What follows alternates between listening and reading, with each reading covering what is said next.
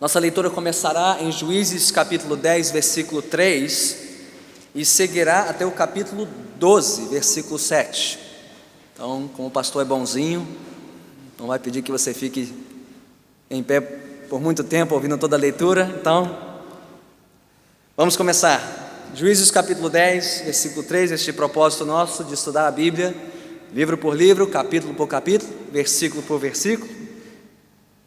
Chegamos hoje em Juízes capítulo 10, versículo 3, diz assim a palavra de Deus: Depois dele veio Jair de Gileade, que liderou Israel durante 22 anos. Teve 30 filhos que montavam 30 jumentos. Eles tinham autoridade sobre 30 cidades, as quais até hoje são chamadas povoados de Jair, e ficam em Gileade. Quando Jair morreu, foi sepultado em Camom. Mais uma vez os israelitas fizeram o que o Senhor reprova. Serviram aos Baalins, às imagens de Astarote, aos deuses de Arã, aos deuses de Sidom, aos deuses de Moabe, aos deuses dos Amonitas e aos deuses dos Filisteus. E como os israelitas abandonaram o Senhor e não mais lhe prestaram culto, a ira do Senhor se acendeu contra eles.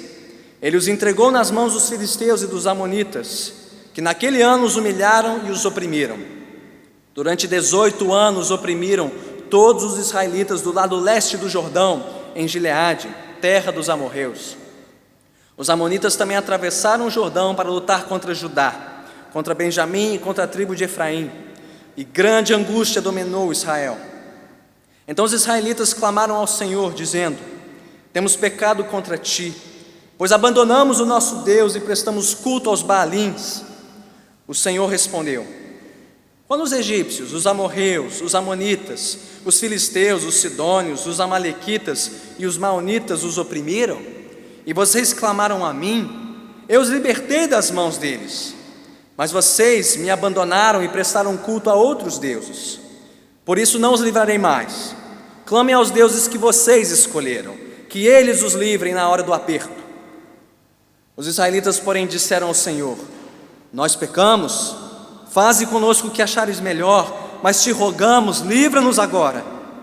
Então eles se desfizeram dos deuses estrangeiros que havia entre eles e prestaram culto ao Senhor. E ele não pôde mais suportar o sofrimento de Israel.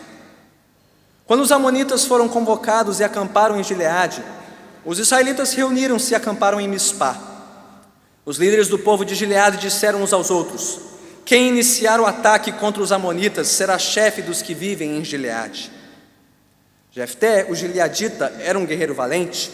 Sua mãe era uma prostituta, seu pai chamava-se Gileade. A mulher de Gileade também lhe deu filhos, que quando já estavam grandes expulsaram Jefté, dizendo: Você não vai receber nenhuma herança de nossa família, pois é filho de outra mulher. Então Jefté fugiu dos seus irmãos e se estabeleceu em Tobi. Ali um bando de vadios uniu-se a ele e o seguia. Algum tempo depois, quando os amonitas entraram em guerra contra Israel, os líderes de Gileade foram buscar Jefté em Tobi. Venha, disseram, seja nosso comandante para que possamos combater os amonitas. Disse-lhe Jefté: Vocês não me odiavam e não me expulsaram da casa de meu pai? Por que me procuram agora quando estão em dificuldades? Apesar disso, agora estamos apelando para você, responderam os líderes de Gileade. Venha conosco combater os amonitas, e você será o chefe de todos os que vivem em Gileade. Jefté respondeu: Se vocês me levarem de volta para combater os amonitas, e o Senhor os entregar a mim, serei o chefe de vocês? Os líderes de Gileade responderam: O Senhor é a nossa testemunha, faremos conforme você diz. Assim Jefté foi com os líderes de Gileade, e o povo o fez chefe e comandante sobre todos. E ele repetiu perante o Senhor, em Mispá, todas as palavras que tinha dito. Jefté enviou mensageiros ao rei amonita com a seguinte pergunta: Que é que tens contra nós para teres atacado a nossa terra? O rei dos amonitas respondeu aos mensageiros de Jefté: Quando Israel veio do Egito, tomou as minhas terras, desde o Arnon até o Jaboque e até o Jordão. Agora, devolvam-me essas terras pacificamente.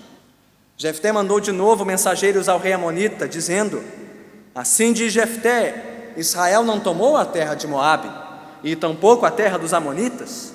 Quando veio do Egito, Israel foi pelo deserto até o Mar Vermelho, e daí para Cádiz. Então Israel enviou mensageiros ao rei de Edom, dizendo: deixa-nos atravessar a tua terra. Mas o rei de Edom não quis ouvi-lo. Enviou o mesmo pedido ao rei de Moabe, e ele também não consentiu. Assim Israel permaneceu em Cádiz. Em seguida os israelitas viajaram pelo deserto e contornaram Edom e Moabe. Passaram a leste de Moabe e acamparam do outro lado do Arnon. Não entraram no território de Moabe, pois o Arnon era a sua fronteira. Depois Israel enviou mensageiros a Seom, rei dos amorreus, em Esbom, e lhe pediu: deixa-nos atravessar a tua terra para irmos ao lugar que nos pertence. Seom, porém, não acreditou que Israel fosse apenas atravessar o seu território. Assim convocou todos os seus homens, acampou em Jaza e lutou contra Israel. Então o Senhor, o Deus de Israel, entregou Seom e todos os seus homens nas mãos de Israel, e este os derrotou. Israel tomou posse de todas as terras dos amorreus que viviam naquela região, conquistando-a por inteiro, desde o Arnon até o Jaboque, e desde o deserto até o Jordão. Agora que o Senhor, o Deus de Israel, expulsou os amorreus da presença de Israel, seu povo, queres tu tomá-la? Acaso não tomas posse daquilo que o teu Deus Camos te dá? Da mesma forma tomaremos posse do que o Senhor, o nosso Deus, nos deu. És tu melhor do que Balaque, filho de Zippor, rei de Moabe? Entrou ele alguma vez em conflito com Israel, ou lutou com ele? Durante 300 anos Israel ocupou Esbom, Aroé, os povoados ao redor, e todas as cidades às margens do Arnon. Por que não os reconquistaste todo esse tempo?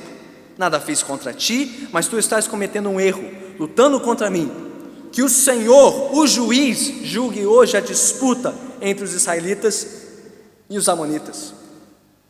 Entretanto, o rei de Amon não deu atenção à mensagem de Jefté. Então o Espírito do Senhor se apossou de Jefté. Este atravessou Gileade e Manassés, passou por Mispá de Gileade e daí avançou contra os amonitas.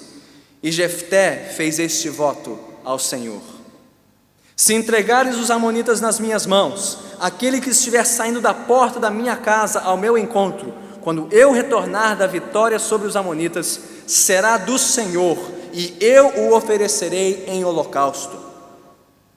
Então Jefté foi combater os amonitas, e o Senhor os entregou nas suas mãos. Ele conquistou 20 cidades, desde Aroé até as vizinhanças de Minite, chegando a Abel-Queramim. Assim os amonitas foram subjugados pelos israelitas. Quando Jefté chegou à sua casa em Mispá, sua filha saiu ao seu encontro, dançando ao som de tamborins, e ela era filha única. Ele não tinha outro filho ou filha.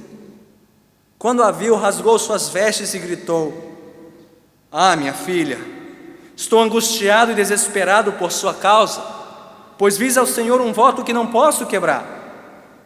Meu pai, respondeu ela, sua palavra foi dada ao Senhor. Faça comigo o que prometeu, agora que o Senhor o vingou dos seus inimigos, os amonitas. E prosseguiu: mas conceda-me 2 meses para vagar pelas colinas e chorar com as minhas amigas, porque jamais me casarei. Vá, disse ele. E deixou que ela fosse por 2 meses. Ela e suas amigas foram para as colinas e choraram, porque ela jamais se casaria. Passados os 2 meses, ela voltou a seu pai e ele fez com ela o que tinha prometido no voto. Assim, ela nunca deixou de ser virgem. Daí vem o costume em Israel de saírem as moças durante 4 dias, todos os anos, para celebrar a memória da filha de Jefté, o gileadita. Os homens de Efraim foram convocados para a batalha. Dirigiram-se para Zafon e disseram a Jefté: por que você foi lutar contra os amonitas sem nos chamar para irmos juntos? Vamos queimar a sua casa e você junto. Jefté respondeu: eu e meu povo estávamos envolvidos numa grande contenda com os amonitas, e embora eu os tenha chamado, vocês não me livraram das mãos deles. Quando vi que vocês não ajudariam, arrisquei a vida e fui lutar contra os amonitas, e o Senhor me deu a vitória sobre eles. E por que vocês vieram para cá hoje? Para lutar contra mim? Jefté reuniu então todos os homens de Gileade e lutou contra Efraim. Os gileaditas feriram os efraimitas, porque estes tinham dito: vocês, gileaditas, são desertores de Efraim e de Manassés. Os gileaditas tomaram as passagens do Jordão que conduziam a Efraim. Sempre que um fugitivo de Efraim dizia: deixe-me atravessar, os homens de Gileade perguntavam: você efraimita? Se respondesse que não, diziam: então diga Shibolete.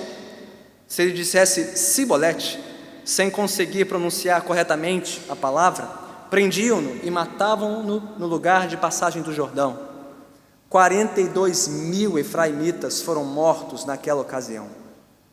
Jefté liderou Israel durante 6 anos. Então o gileadita Jefté morreu e foi sepultado numa cidade de Gileade. Louvado seja o Senhor pela sua palavra. Oremos.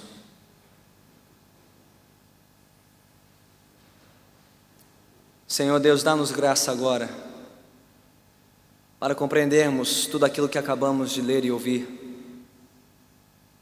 Abençoe as minhas palavras, Senhor, e todos os nossos ouvidos, para que possamos discernir claramente a Tua voz a nos falar nesta noite. Fala, Senhor. Fala-nos, Senhor, pela Tua palavra e pelo Teu Espírito. E pela Tua palavra, vem nos converter dos nossos maus caminhos. Vem nos conceder arrependimento genuíno, fé verdadeira e uma vida cada vez mais conformada aos Teus santos propósitos. É o que te pedimos em nome de Cristo Jesus. Amém e amém. A capacidade de negociar, isso é a arte de saber dar e receber em troca, é uma das habilidades mais importantes que nós precisamos aprender nesta vida. E não só quando estamos fazendo negócios, não só quando estamos negociando o preço de uma mercadoria, ou negociando um contrato de trabalho, ou condições de trabalho com o nosso chefe, com os nossos colegas, não. Negociar é algo importantíssimo, até mesmo nos nossos relacionamentos mais íntimos. Dentro de casa é necessário aprender a negociar, seja no casamento, onde cada cônjuge tem que aprender a abrir mão de alguma coisa, uma postura, um hábito, uma preferência, em troca de quê? Paz e tranquilidade e saúde no seu lar. Pobre o casal que não sabe negociar, pobre o marido e esposa que não sabem dar e receber em troca, ceder e saber quando é hora de exigir. Mas não só entre maridos e esposas, mas também entre pais e filhos, e até mesmo entre irmãos. É preciso aprender a negociar e ensinar a negociar. Os meus filhos já estão aprendendo cedo a negociar. Quando um pega um brinquedo que o outro quer, ou quando o outro acumula todos os brinquedos de uma vez e não deixa nenhum para o outro, e começa a briga, eles chamam papai, mamãe, eu digo, resolvam-se, aprendam a compartilhar, aprendam a negociar um brinquedo pelo outro, não me chamem o tempo todo para resolver suas pendências, é necessário que eles aprendam, desde cedo a negociar um com o outro. Assim como é em casa, assim como é no trabalho, assim é na sociedade também. O que nós estamos vendo em Brasília, mais recentemente, é uma grande luta para negociar as reformas necessárias no Brasil. O presidente e toda a sua equipe negociando com membros do Congresso o tempo todo, a fim de que haja reformas importantes que tragam maior estabilidade e paz à nossa nação. Mas pastor, o que tudo isso tem a ver com o nosso relacionamento com Deus? O que negociar tem a ver com servir a Deus? Será que é possível negociar com Deus? E o que acontece quando um indivíduo, uma família ou um povo inteiro tenta negociar com Deus? Bem, é isso que nós veremos hoje, ao estudarmos a vida de mais um líder em Israel, mais um juiz que Deus usou para libertar Israel, o juiz Jefté. É sobre ele que ouvimos nos capítulos 10, 11 e 12 deste livro. E se você fechou a sua Bíblia, abra novamente, mantenha aberta, para caminharmos pelo texto, porção por porção. O que aprendemos sobre este homem, sobre este líder de Israel? Bem, no capítulo 10, versículos 3 a 16, ouvimos falar da necessidade de um novo líder, um novo libertador. A partir do versículo 17 do capítulo 10 até o versículo 28 do capítulo seguinte, o capítulo 11, nós descobrimos como foi a ascensão de Jefté ao posto de liderança em Israel. E fechando o texto, a partir do versículo 29 do capítulo 11 até o versículo 7 do capítulo 12, ouvimos falar do triunfo e da tragédia da liderança de Jefté. É assim que o texto se divide: a necessidade de um novo juiz, a ascensão deste novo juiz, o seu triunfo e a sua queda trágica. Vamos estudar o texto assim, porção por porção. Primeiro, começando no capítulo 10. Olhe para o texto comigo. Já a partir do versículo 3, descobrimos que Israel de novo precisou de um novo líder, de um novo libertador. O cenário muda aqui. O texto começa no versículo 3, aonde? Na terra de Gileade. Isso é importante porque o resto da narrativa transcorrerá em Gileade. E onde ficava Gileade? A leste do rio Jordão. Estamos fora propriamente dito da terra de Canaã, a leste do Jordão, onde as tribos de Ruben, Gade e a meia tribo de Manassés se assentaram primeiro, depois cruzando o Jordão para ajudar as outras tribos de Israel a conquistar Canaã. Mas estamos a leste do Jordão, ou seja, fora, por assim dizer, da terra prometida, numa faixa de terra central. Gileade era a porção central do leste do Jordão, num período agora de paz e de prosperidade, pós o terror que foi Abimeleque, descrito aí no capítulo 9. Mas mais importante ainda que o cenário é a chance desperdiçada de Israel nos versículos 3 a 5, porque antes de Jefté veio um tal de Jair. Sabemos pouco sobre ele. O texto diz apenas que ele teve 30 filhos, que montaram 30 jumentos e dominaram 30 povoados. Qual a importância disso? É esta: Jair foi um líder desperdiçado. Por quê? Ele não soube aproveitar um tempo de paz e de prosperidade em Israel para conduzir o povo num caminho santo e piedoso. O que Jair fez com a sua liderança? Ele prosperou e pensou somente em si e no seu poder e na sua influência sobre a região de Gileade. Ele teve muitos filhos, um sinal de prosperidade, de poder, montou esses filhos sobre jumentos, era um sinal de honra, de status, para dominar 30 povoados. Ou seja, ele só pensou no seu nome, no seu legado, na sua reputação, na sua influência e no seu poder. Você conhece algum país assim?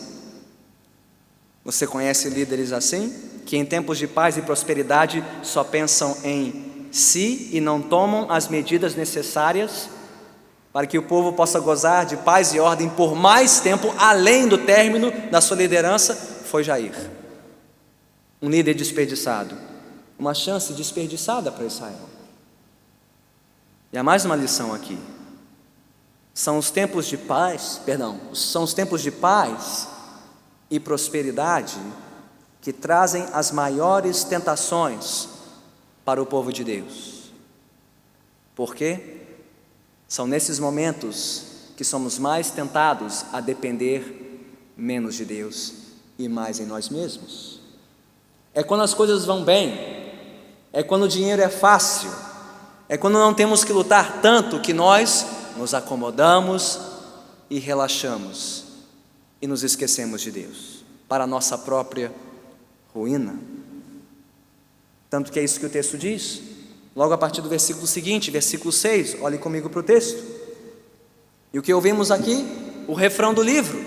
Pela sexta vez e pela penúltima vez no livro, ouvimos o refrão: mais uma vez os israelitas fizeram o que o Senhor reprova. Voltamos à espiral descendente do livro dos Juízes. Nós comparamos o livro a uma espiral descendente, onde a cada capítulo e a cada etapa dessa história nós descemos mais um degrau. O poço fica mais fundo, a escuridão fica mais tenebrosa, as luzes vão se apagando cada vez mais em Israel. Tanto que o texto faz questão de mostrar a absoluta idolatria de Israel. Veja só, na continuação do versículo 6, diz o texto que Israel não só serviu os deuses de Canaã, os Baalins e Astarote, mas quem mais? Os deuses de Arã, Sidom, Moabe e os dos Amonitas e Filisteus também. Ou seja, a idolatria de Israel tomou uma nova proporção. Eles não só serviram os deuses dos povos cananeus, mas de todos os povos ao redor de Canaã, a norte, a leste, a sul. São 7 divindades mencionadas aqui. O número simbólico para quê? Plenitude. Foi a corrupção plena da nação. E como já vimos nesse livro, quando o povo de Deus passa a adorar os deuses de um outro povo, o que acontece? Eles são oprimidos por aquele povo. Então o texto termina dizendo que Israel decidiu servir os deuses dos Amonitas e dos Filisteus. Quem são os próximos 2 opressores de Israel? Os Amonitas, de quem Jefté, ou contra quem Jefté lutaria, e logo em seguida os Filisteus, contra quem lutaria Sansão, Samuel, Saul, Davi e assim por diante. Mas como já vimos, a opressão em Israel nunca é estática ou estável, sempre se torna pior. Diz o texto que grande angústia dominou aquele povo por longos 18 anos. A começar pelos Amonitas, que começaram a varrer as terras de Israel a leste do Jordão, cruzaram o rio Jordão, começaram a ocupar Benjamim, Judá, subindo em direção norte a Efraim, numa ocupação sem precedente na história até aqui. Até aqui eram conquistas ocasionais.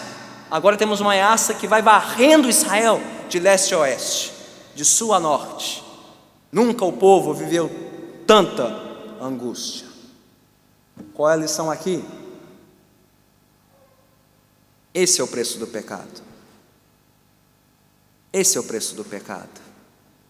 E a conta do pecado nunca permanece a mesma. A conta da idolatria nunca permanece a mesma. Por quê? O que temos visto nesse livro? Quanto mais Israel abandona Deus e serve outros deuses, o que acontece? Mais eles são oprimidos, mais são escravizados. Em vez de aprender a lição da sua escravidão e opressão, o que acontece? Eles voltam a servir deuses estrangeiros com ainda mais intensidade e são ainda mais castigados e oprimidos. Meus irmãos e irmãs, este não é um fiel retrato do que acontece com pessoas neste mundo que não servem a Deus? Quanto mais se distanciam de Deus, quanto mais abandonam a Deus, quanto mais distantes caminham de Deus, mais são escravizadas pelos seus maus desejos. E em vez de aprender a lição da conta do pecado, o que acontece? Passam a idolatrar ainda mais suas paixões. Então quem idolatra o dinheiro se torna escravo do dinheiro. Não é irônico isso? Que quanto mais uma pessoa tem, mais ela se preocupa com o que tem, e mais tem que lutar para manter o que tem. Ela vive em função do dinheiro, ela idolatra o dinheiro, vive escrava do dinheiro, e em vez de aprender a lição, o que ela faz? Ela louva e cultua o dinheiro cada vez mais, com medo de perder o que tem, com vontade de ganhar mais. É uma conta que nunca fecha, é um ciclo que só piora. Pode ser dinheiro, pode ser fama, pode ser sucesso, pode ser beleza, pode ser o amor. Mas os nossos ídolos nos escravizam, e quanto mais eles nos escravizam, mais nós os idolatramos. Por isso que C.S. Lewis disse no seu livro Os 4 Amores: os nossos amores só deixarão de ser demônios quando deixarem de ser deuses. As coisas que nos escravizam neste mundo só deixarão de nos escravizar quando nós pararmos de tratá-las como deuses. Nossa aparência física, nosso bem-estar financeiro e assim por diante. Mas o que aconteceu? Versículo 10. Grande angústia se apoderou de Israel, e eles mais uma vez clamaram ao Senhor, dizendo: temos pecado contra ti, pois abandonamos o nosso Deus e prestamos culto aos Baalins. Já vimos isso de novo, aliás, já vimos isso antes, estamos vendo isso de novo. A angústia da idolatria levando o povo a clamar a Deus. Mas o que acontece dessa vez? Algo que ainda não aconteceu. Deus deu uma resposta surpreendente, não? O que Deus disse? Chega, basta, não, dessa vez, não. Como assim? Deus não é amor, pastor? Deus não é graça? Deus não é misericórdia? Como é que Deus pode responder não a um povo que está clamando por socorro? A resposta é que Deus conhecia o coração de Israel e sabia que por trás daquele clamor não havia arrependimento de verdade. O povo queria uma saída fácil, queria alguém que limpasse o leite derramado de novo. Eles não queriam mudar de rumo, já tinham demonstrado isso ao longo da história. Eles só queriam um alívio momentâneo da sua idolatria, um livramento para depois voltar para os seus maus caminhos. Deus sabia disso, Deus enxergou isso e disse: não, chega, não me importunem mais, eu não os livrarei mais nessas condições. Resposta surpreendente de Deus. Mas o versículo 15 nos traz algo novo também nessa história. Por quê? Diz o versículo 15: os israelitas, porém, disseram ao Senhor: nós pecamos, faze conosco o que achares melhor, mas te rogamos, livra-nos agora. Então eles se desfizeram dos deuses estrangeiros que havia entre eles e prestaram culto ao Senhor. Pela primeira vez em 10 capítulos, finalmente Israel entende que não vai conseguir manipular Deus, que não vai poder dobrar Deus, dar uma volta em Deus, dar uma pernada em Deus. Não. Se eles quiserem a ajuda de Deus e o seu socorro, eles terão que fazer algo mais. Não só clamar por ajuda, mas pedir perdão. Se arrepender dos seus maus caminhos. Abandonar os deuses estrangeiros para servir somente o Senhor. É a primeira vez em todo o livro que ouvimos isso a respeito deles. Não sabemos por quanto tempo isso duraria, veremos nos próximos capítulos, mas pela primeira vez há um sinal de arrependimento, e não só remorso pelo pecado da nação. E como Deus viu isso? Olha o que diz o restante do versículo 16: depois que Israel se desfez dos seus deuses e prestou culto ao Senhor, e ele não pôde mais suportar o sofrimento de Israel. É uma declaração ambígua. Não diz que Deus prometeu livrá-los, mas também não diz que Deus os ignorou. Diz apenas que Deus não suportava mais aquela situação, o que dá a ideia de que há um pingo de esperança. Ainda há um pingo de esperança para Israel, não por Israel, mas por Deus. O que nós vemos aqui claramente é o caráter pleno de Deus. Primeiro, Deus revela a sua justiça e a sua santidade. Deus não se deixará ser manipulado por nós. Ele conhece o nosso coração. Ele conhece o motivo que nos leva a buscá-lo. Ele sabe exatamente o que nós falamos a Ele e por que nós o buscamos. E Deus não tem obrigação alguma de nos atender se a nossa vontade for de apenas receber um alívio momentâneo para as nossas mazelas. Não. Deus é por demais justo e por demais santo para ser manipulado por nós. Mas por outro lado, nós vemos o que? A graça e a misericórdia de Deus. Não fosse por isso, não haveria mais história para contar em Juízes. E já chegaram ao fundo do poço de novo. Mas Deus é gracioso e misericordioso o suficiente para vir ao nosso socorro, para nos ajudar, quando de fato nos arrependemos e damos fruto de arrependimento. Tal qual Israel, que clamou por socorro, reconheceu seu pecado e finalmente, pela primeira vez no livro, deixou de lado seus deuses para cultuar somente ao Senhor. O que nos faz perguntar? O que te faz buscar a Deus nesta noite? Por que você está aqui? O que te faz orar a Deus? Clamar a Deus nos momentos mais tenebrosos da sua vida, de maior dificuldade e adversidade? O que você quer de Deus? Um alívio momentâneo? Uma ajuda passageira? Um socorro pontual para que então você possa continuar a sua vida com as suas próprias pernas, seguindo o seu próprio rumo, a revelia dos mandamentos de Deus? Você procura Deus só para que Ele limpe o seu leite derramado? Resolva as situações nas quais você não o consultou, mas nas quais agora você está pagando o preço? Ou você busca Deus sinceramente arrependido dos seus pecados? Arrependido de coração por não tê-lo consultado, por não ter dado ouvidos à sua palavra, por ter feito as coisas da maneira que você queria, sem jamais perguntar a Deus: Senhor, o que Tu queres para mim? O seu clamor é de uma pessoa que sente remorso pelos seus pecados e quer um livramento temporário? Ou o seu clamor é de arrependimento pelos seus pecados e de consagração inteira ao Senhor? Porque você precisa responder a pergunta: por quê?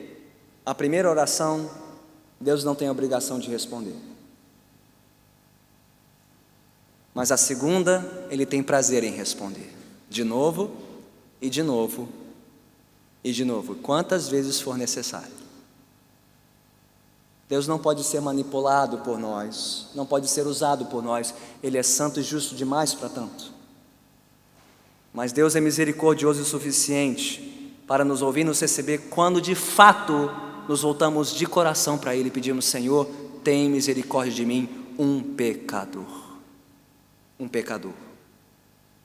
Perdoa-me, Senhor, por ter te colocado em segundo plano, por ter colocado minha família, meu trabalho, meu dinheiro, meu prazer à frente de Ti. Perdoe-me, Senhor. Essa oração Deus pode ouvir. Será que Deus ouviu? A história diz que sim. Ela continua no capítulo 10. Será que Deus levantaria um novo juiz? Descobriremos logo, logo. Os últimos 2 versículos, 17 e 18 do capítulo 10, a guerra está armada, os amonitas se apresentam para a batalha contra Gileade. Israel e seus líderes se mobilizam. E qual é a grande ironia? Tem uma reunião de líderes, mas não tem líder. Os líderes da nação se juntam e não tem um sequer que está pronto para lutar contra os amonitas. De onde virá este líder? Capítulo 11, versículos 1 a 3, entra em cena Jefté. Ele é um personagem por demais curioso, não? Há uma certa ambiguidade sobre Jefté. Por quê? Primeiro, ele é chamado de guerreiro valente. Quem Deus chamou antes deste livro de guerreiro valente? Gideão. Mas esse guerreiro valente Jefté, ele é filho de uma prostituta, que nem um tal de Abimeleque, filho de Gideão, com a sua concubina em Siquém. Então, como Gideão ele é um guerreiro valente, mas como Abimeleque ele tem origens dúbias, um passado, digamos, estranho. Ele é filho de Gileade com uma prostituta, é o que diz o versículo 1. E como seus irmãos o trataram? Que nem trataram Abimeleque. Os filhos de Gideão trataram Abimeleque. Eles o desprezaram e o deserdaram. E Jefté teve que aprender a sobreviver por conta própria, na periferia de Gileade, como uma espécie de líder miliciano. Existia essa coisa lá. Ele teve que aprender a sobreviver no deserto, lutando para sobreviver, lutando contra os povos que atravessavam Gileade. E ele se provou um guerreiro valente, uma espécie de líder miliciano na periferia de Gileade, tendo que sobreviver à base da sua força e da sua esperteza. Então, diga-se de passagem, um líder sem bons antecedentes. Se ele fosse se apresentar no Tribunal Regional Eleitoral, ele não conseguiria um atestado de bons antecedentes para liderar Israel contra os amonitas. Mas qual era a opção? Não tinha mais ninguém. Não havia outro. Então, os gileaditas, que antes tinham desprezado de Jefté, agora o trouxeram de volta para a história. E veja que coisa interessante. O que nós vimos no capítulo 10? Israel negociando com quem? Com Deus. O que? Uma espécie de missão de resgate, missão de socorro. O que Israel está fazendo aqui? A mesma coisa, mas agora com Jefté. É um paralelo muito interessante. Por quê? Quando Israel primeiro procurou Deus, qual foi a resposta de Deus? Não. E quando os gileaditas procuraram Jefté, qual foi a primeira resposta de Jefté? Não. Vocês não me odiaram? Vocês não me desprezaram? É o que ele disse no versículo 7. Agora vocês estão me procurando quando estão em dificuldades? Não foi mais ou menos isso que Deus disse para Israel no capítulo 10? Ou seja, vocês só querem agora minha ajuda só para resolver o seu problema com os amonitas e depois o quê? Me descartar de novo? A Gileade insistiu com Jefté, assim como Israel insistiu com Deus. Não, Senhor, ajude-nos. Não, Jefté, socorre-nos. Nós estamos dispostos até a entregar a liderança do povo a você. É o que diz o versículo 8. E Jefté, muito sabido, muito esperto, entendendo que em palavra de gileadita não se confia em ninguém, o que ele disse? Ah, é? Vocês me querem como seu líder? Vocês me querem como seu chefe? Provem isso. Façam um voto perante Deus. Perante Deus. Comprometam-se a me dar a liderança sobre Gileade se eu os livrar dos amonitas. Foi o que fizeram, versículos 9 a 11. E aqui estava a grande oportunidade de Jefté. Por quê? Ele tinha vivido como um marginal, como um miliciano de periferia. Agora ele pode sentar no gabinete real de Gileade. Aqui está a oportunidade de ouro de Jefté para assumir o lugar que ele crê pertence a ele. Ele logo entra em cena no versículo 12 e continua negociando. Ou seja, ele é bom de luta e ele é bom de papo. Ele é bom de brigar, mas é bom de negociar. Ele já negociou a liderança dos gileaditas. Agora ele começa a negociar com quem? Com o rei dos amonitas, versículo 12, e manda o recado.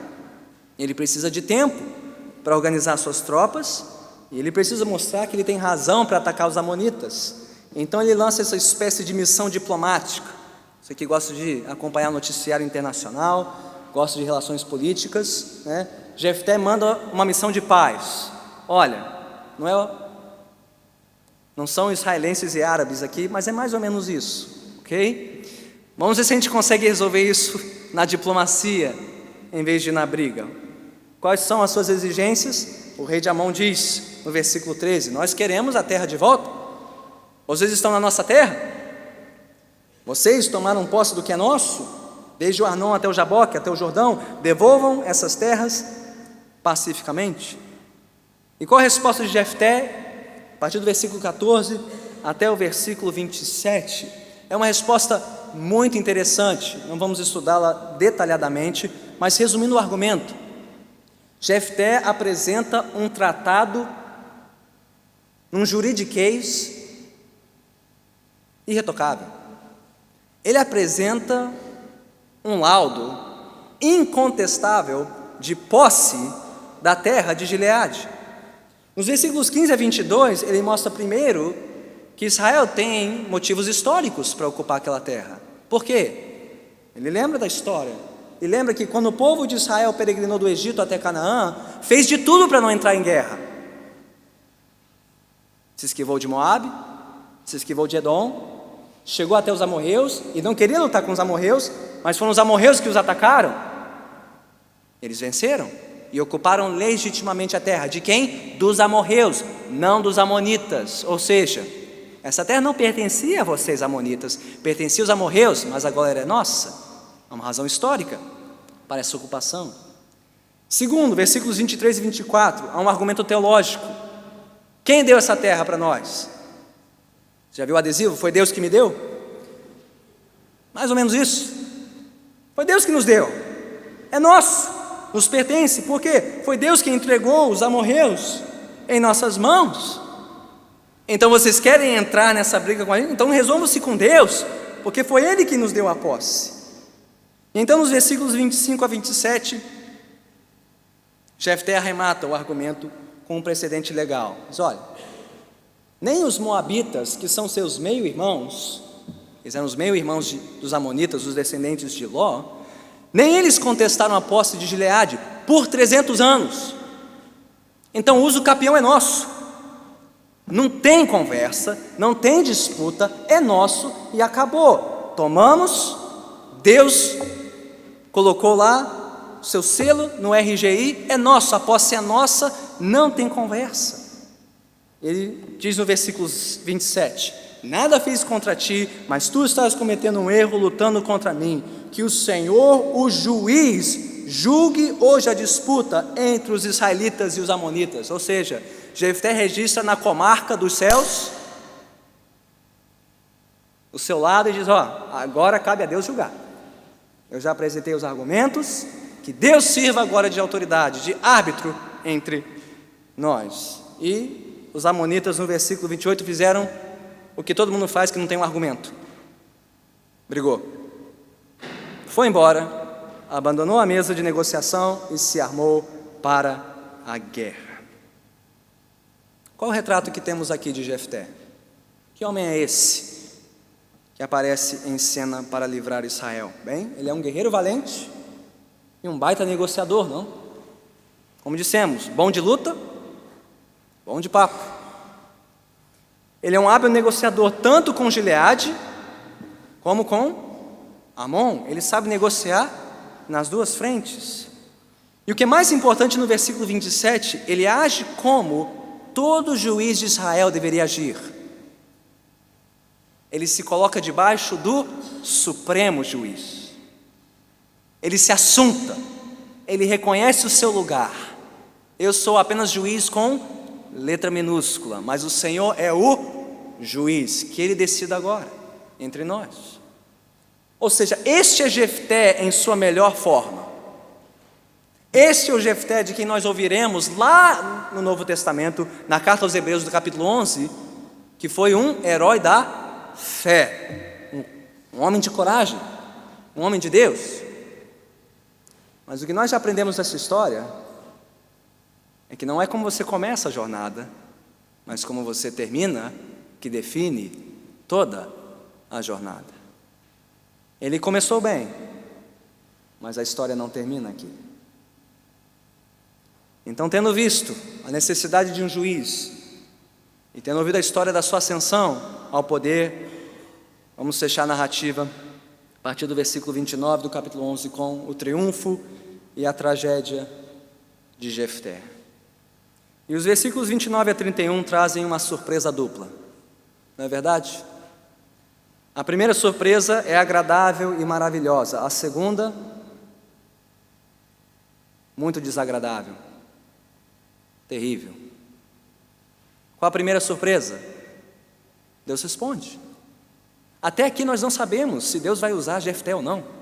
Ele não prometeu nada. Mas pela primeira vez nessa história, Deus age contundentemente a favor de Israel. Diz o versículo 29, então o Espírito do Senhor se apossou de Jefté. E meio que energizado pelo Espírito, ele vai e começa a recrutar em todo lugar, Gileade, Manassés e Mispá, para avançar contra os amonitas. É agora! Jefté invocou a Deus, Deus responde, unge Jefté, é agora, a vitória está selada. E então Jefté faz uma coisa terrível. versículo 30. E Jefté fez esse voto ao Senhor: se entregares os amonitas nas minhas mãos, aquele que estiver saindo da porta da minha casa ao meu encontro, quando eu retornar da vitória sobre os amonitas, será do Senhor, e eu o oferecerei em holocausto. O que aconteceu com ele?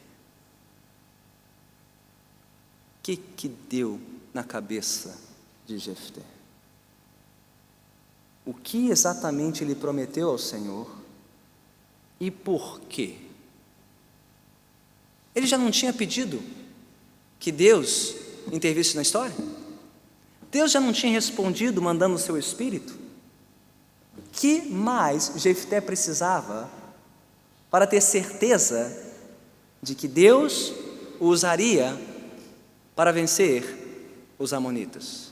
Que garantia a mais Jefté precisava?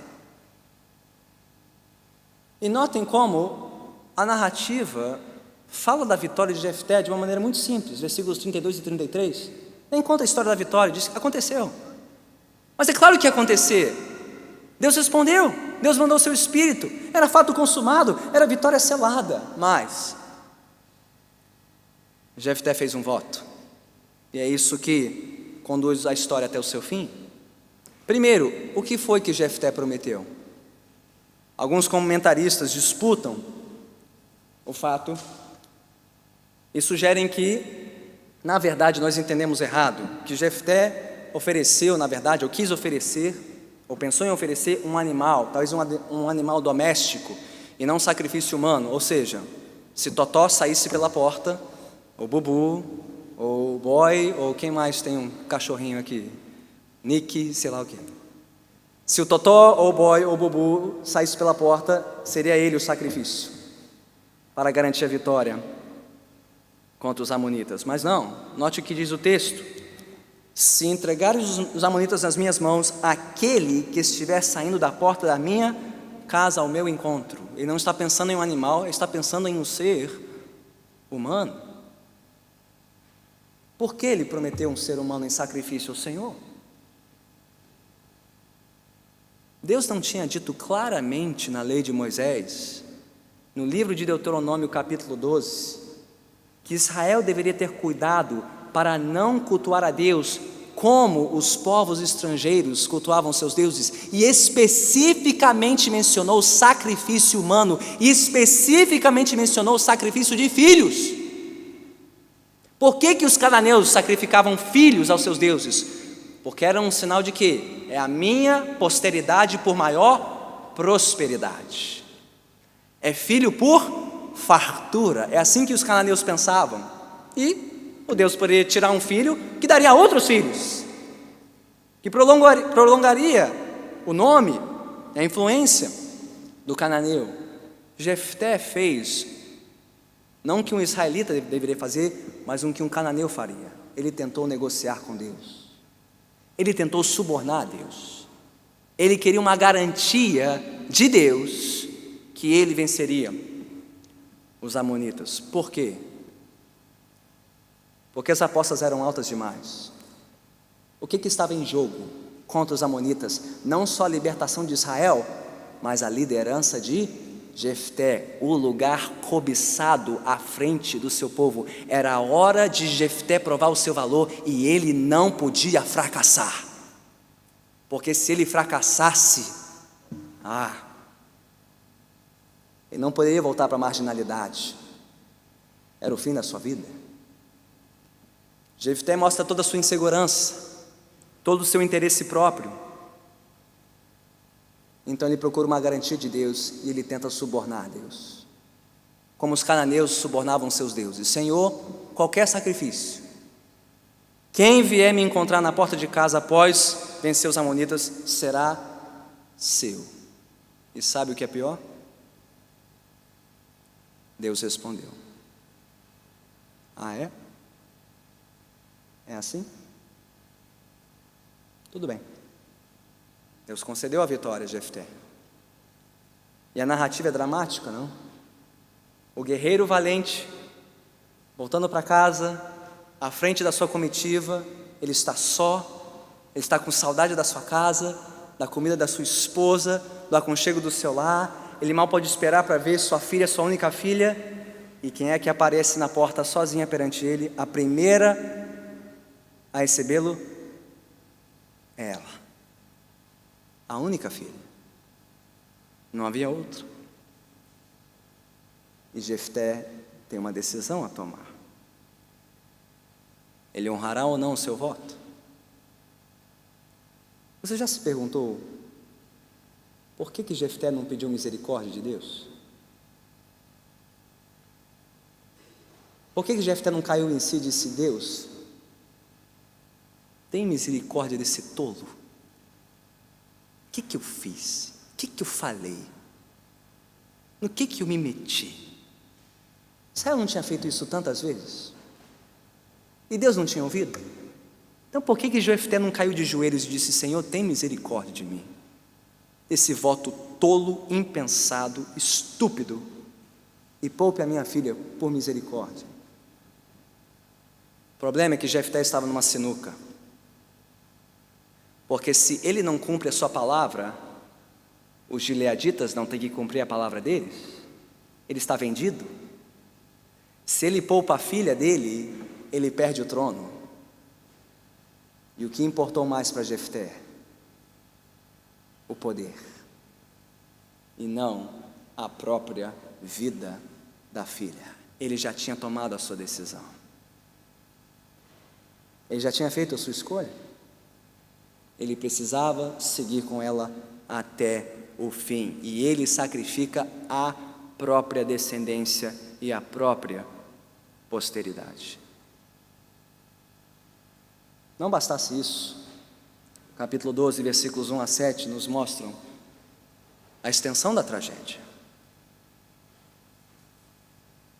A tragédia que era pessoal e familiar toma uma proporção nacional aqui.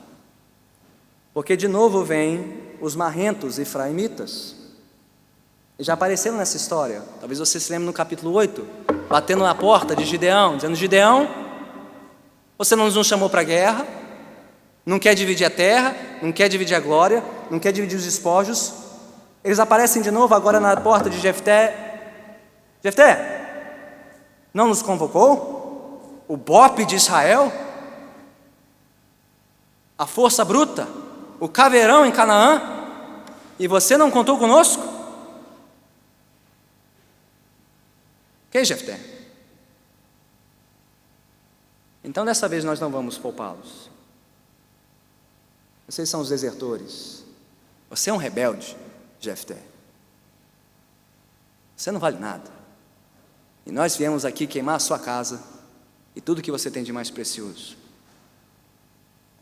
Mas diferente de Gideão, Jefté não relevou, mas revidou. Pois a prova. Ah é? Vamos lá. E diz o texto que ele lutou contra os efraimitas, tomou posse das passagens do Jordão. Olha a ironia, porque foi nas passagens do Jordão, no capítulo 8, que os efraimitas mataram os midianitas. Agora são os efraimitas que estão sendo sacrificados no Jordão. Eles tomam lugar das suas vítimas no passado.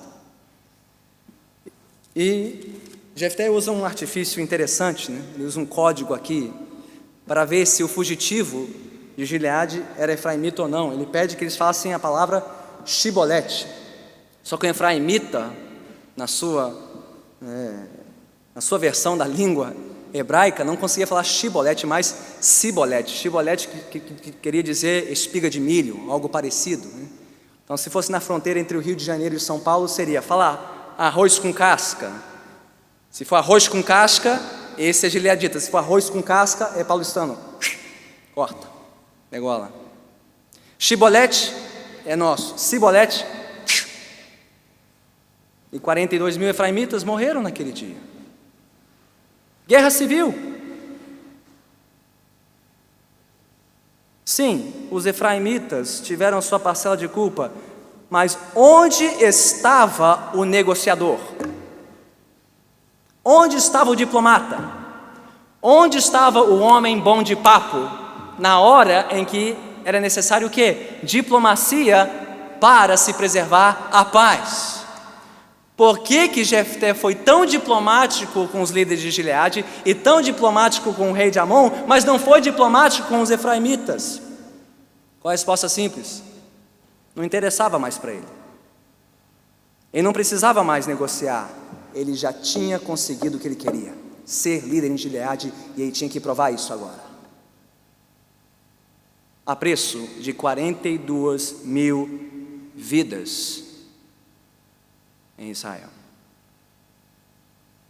E o versículo 7 é terrível, encerra a narrativa, porque pela primeira vez, após a morte de um juiz em Israel, não houve paz. Pela primeira vez, a história não termina com paz, mas com guerra. É assim que a história continuará, ladeira abaixo. Somando tudo, o que a terrível história de Jefté nos ensina? O que tudo isso tem a nos ensinar? Negociar, como nós dissemos, faz parte da nossa vida cotidiana.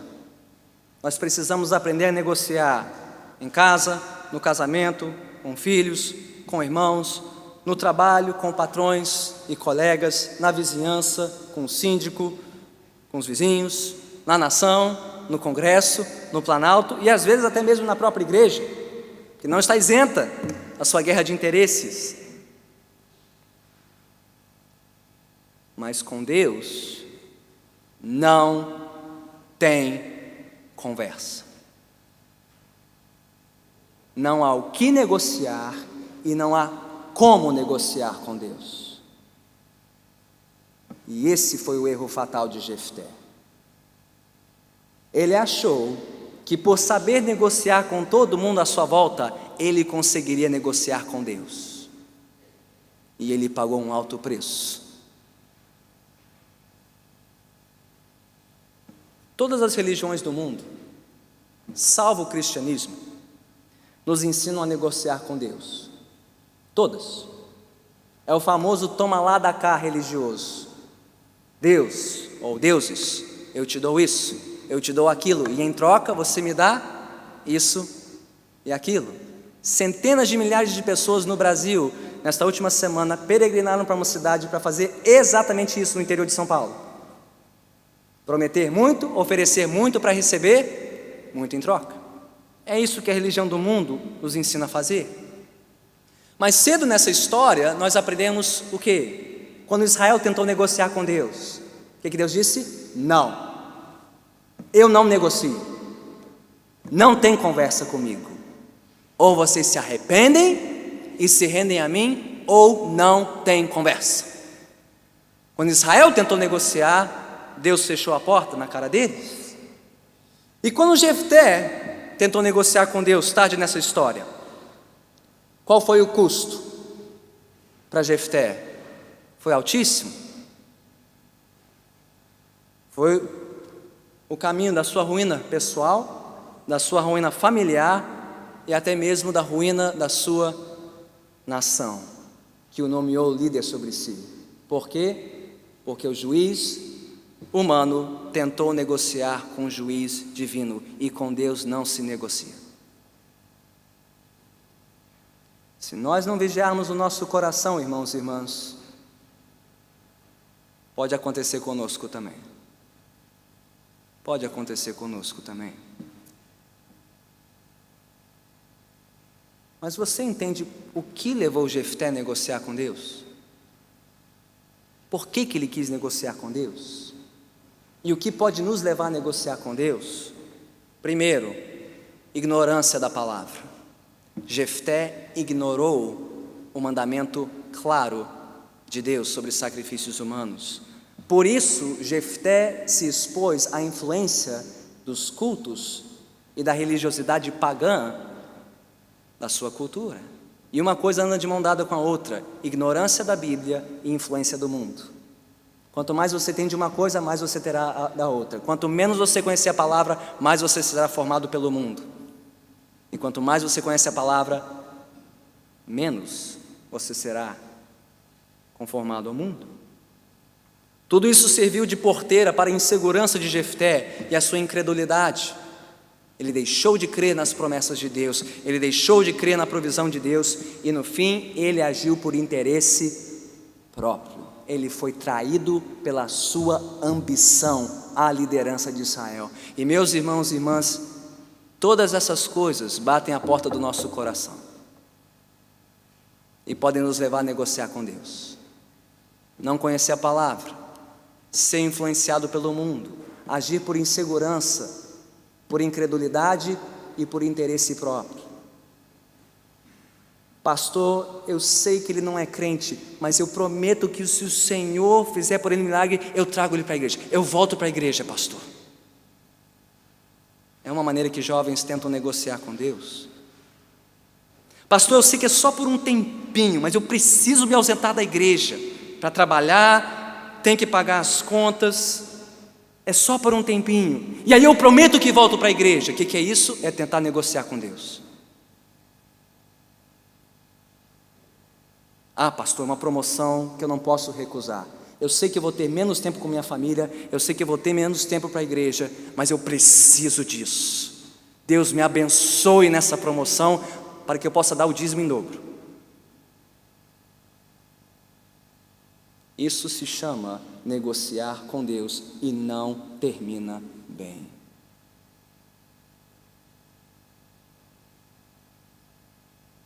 As Escrituras não nos ensinam a negociar com Deus, contrariando todos esses falsos evangelhos que são pregados por essa cidade. Evangelhos de bem-estar, autoajuda, prosperidade. Deus não quer o nosso negócio, Deus quer a nossa obediência. Com Deus não se negocia, a Deus se obedece, se ouve, se submete, com arrependimento e com fé. Porque a religião cristã e bíblica não é uma religião de mérito, é uma religião de graça.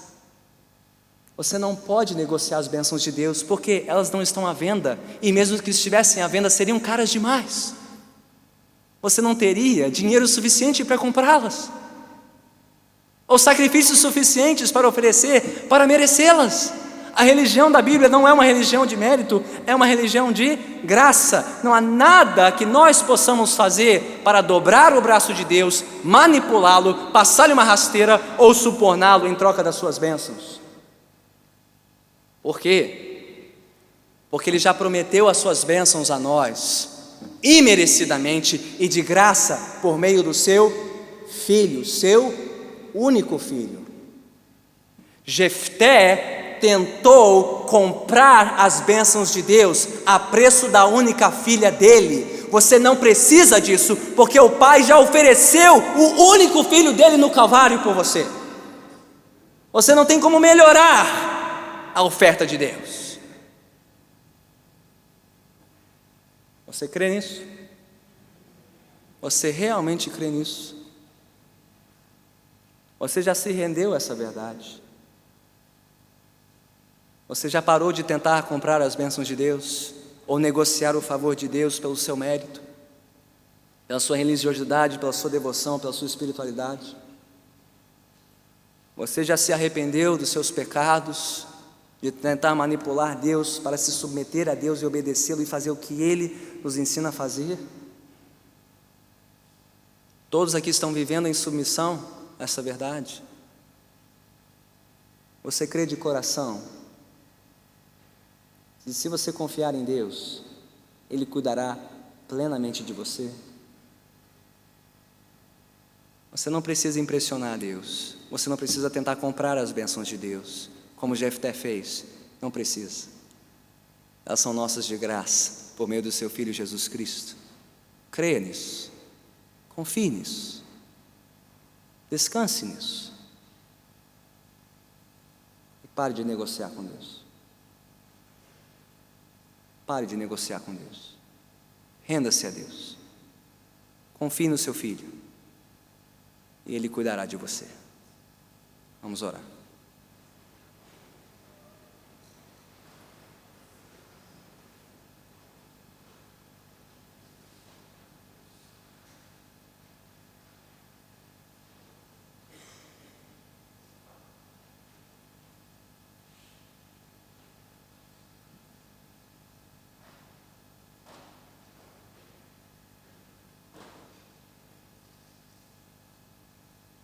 Deus santo e justo, bondoso e misericordioso,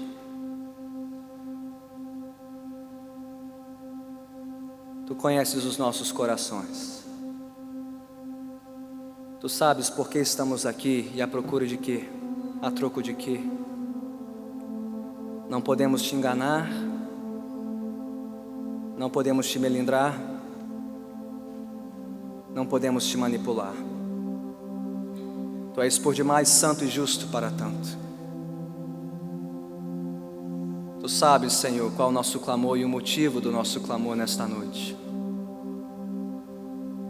Mas pela Tua graça, faz-nos clamar: tem misericórdia de mim, Senhor. Tem misericórdia de mim. Tem misericórdia de mim, um pecador. Perdoe-me, Senhor, por fazer o impensável, por falar o indizível, por tentar negociar o que é inegociável.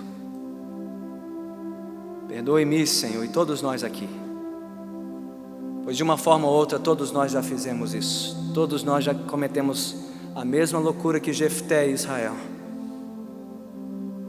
Pai, limpa o nosso coração. Perdoe-nos o nosso pecado, nossa vaidade, nossa loucura. Ensine-nos a temer-te. Ensine-nos a submeter toda a nossa vida a Ti, a ouvir-te e obedecer-te, pelo que o Senhor fez por nós no Calvário, entregando Seu único Filho, Jesus Cristo, por pecadores indignos como nós. Ó Pai, dá a cada coração aqui o dom do arrependimento e da fé, eu te suplico, para que aprendamos a viver confiantes nas Tuas promessas, satisfeitos na Tua provisão, em paz, Senhor, com a Tua direção para as nossas vidas.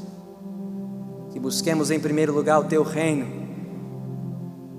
e entendamos que o Senhor nos suprirá o resto, o que for.